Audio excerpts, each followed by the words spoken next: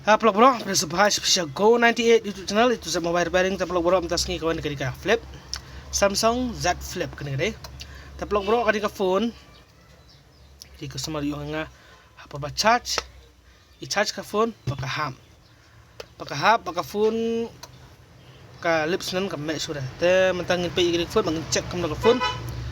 kadang la nam long baka kadang long nam long ini cek ketika phone mengecek jel line by line ketika phone mengecek kam kadang me kadang long na em. Kita pelok bro long mana video, please saya share, saya like, saya subscribe lagi kali itu channel ah. Dan long begini, terus cek sama tangin ni baik kena phone kadang long na em. Kita pelok bro tangan nambang ni ada, kadang bah video tu kan lah jarang mah. Jangan ay bakam start ni ruhi, mana bakam start bakam cek ya phone, kena ka phone kadang la em belong. Kita pelok bro tangan ni terus sedang nakam dalam kadang bah. Saya nampak bakam start.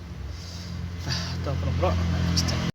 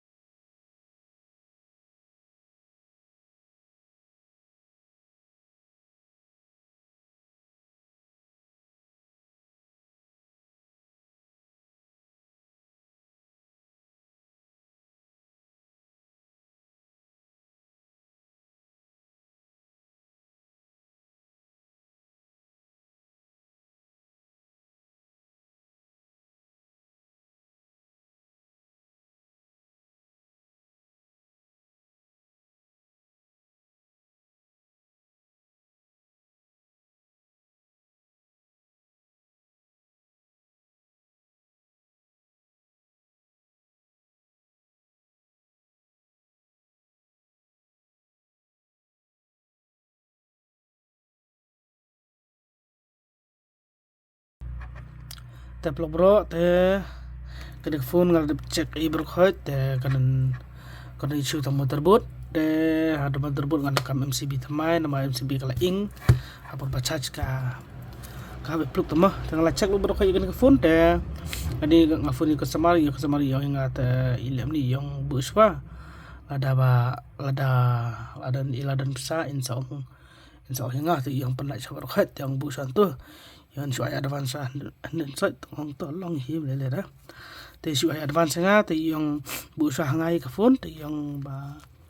ada check in tu, terberkait dengan ada check in berkait tu, tapi yang customer tu berusaha pir dari bayu, sakol mai nga, yang suai tak advance, orang tu, tapi pro akan ke video, ini kalau paduan, the next video masuk ke tadi yang sejak ini. The iwara artli tangba ipa page ko ni kawai tas ko pa din isang sapit pa din sa kawai ti yang busa pi da di bayu yang layo pamen bai next banai na yung tahi next banai na tu banai na yung tali apa men yang spice na tabu sa pi su ai tang kan sang tang ban yo bai tiar nga tang ta biang ni te pro lang te kulisibun kulisan wi pi pa pe ini video please kani di part 1 next part 2 sa mi bias jangan ni ka Z Flip 4 te pro te kulisibun kulisan wi pi pa pe ini video please say like subscribe say share lang te kulisibun kulisan wi pi pa pro